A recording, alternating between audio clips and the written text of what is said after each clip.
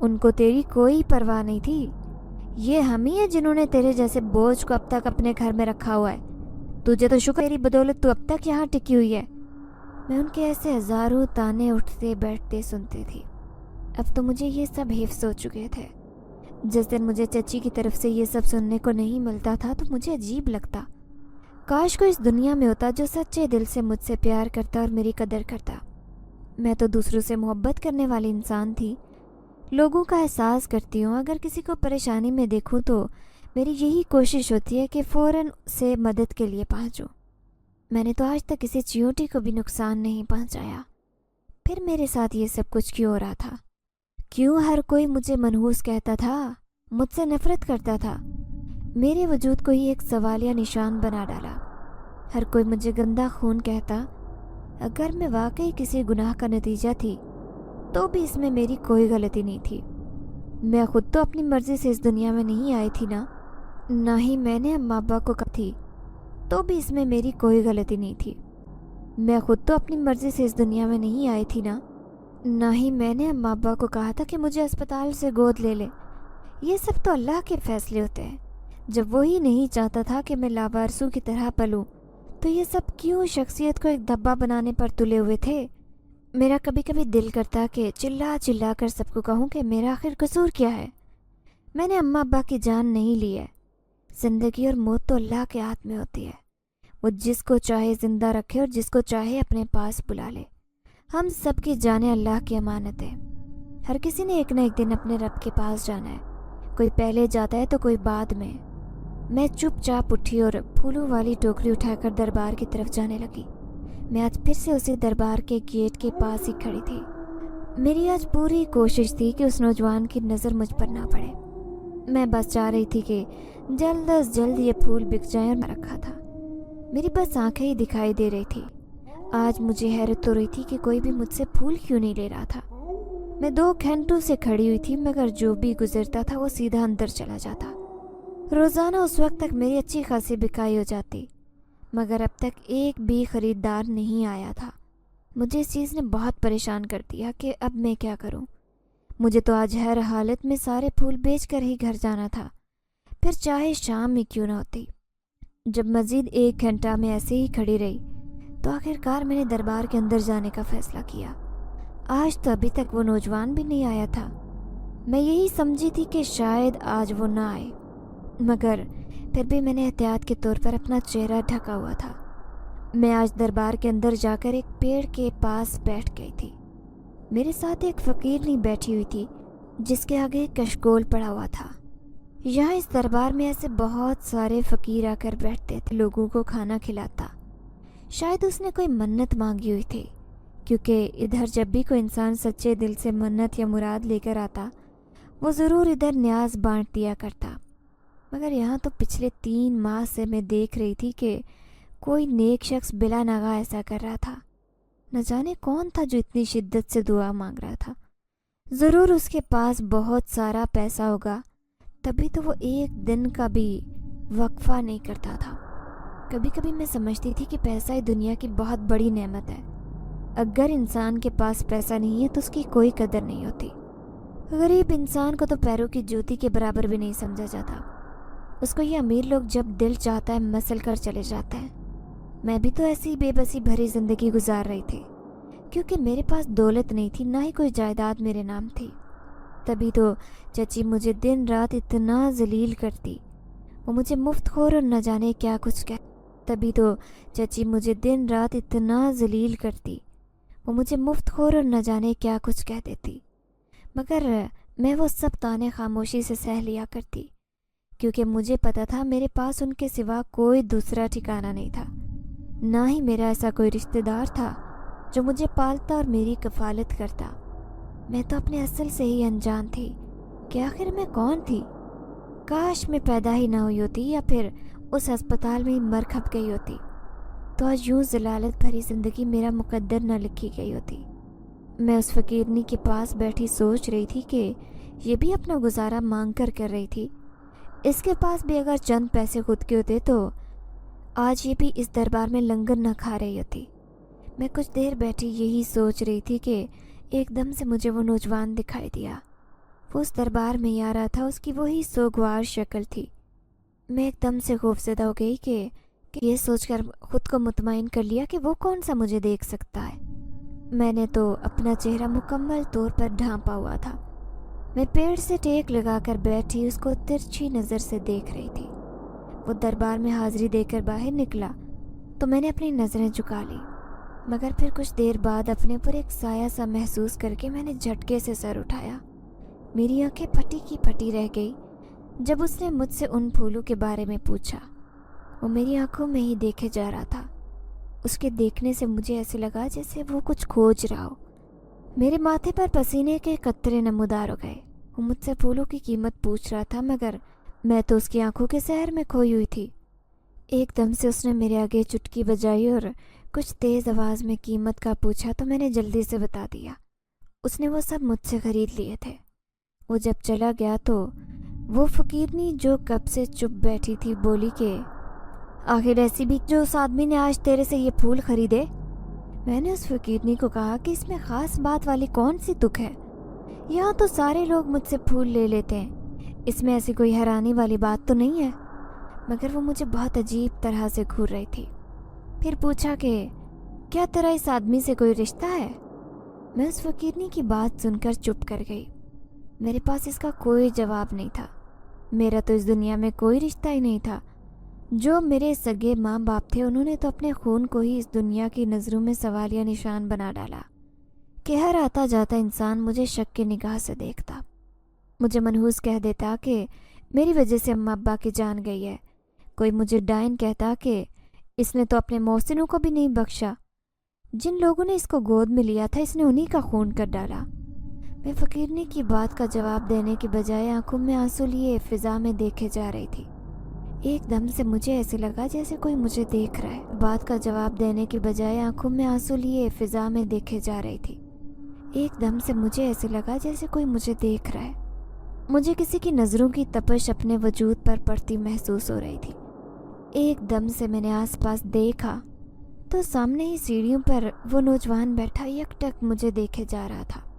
میرا خوف کے مارے کلیجہ منہ کو آ گیا۔ یہ مجھے ایسے کیوں گھور رہا تھا جیسے اس کو پتا ہو کہ میں کل والی ہی لڑکی ہوں؟ میں نے تو اپنا پورا چہرہ ڈھکا ہوا تھا، صرف آنکھیں دکھائی دے رہی تھی۔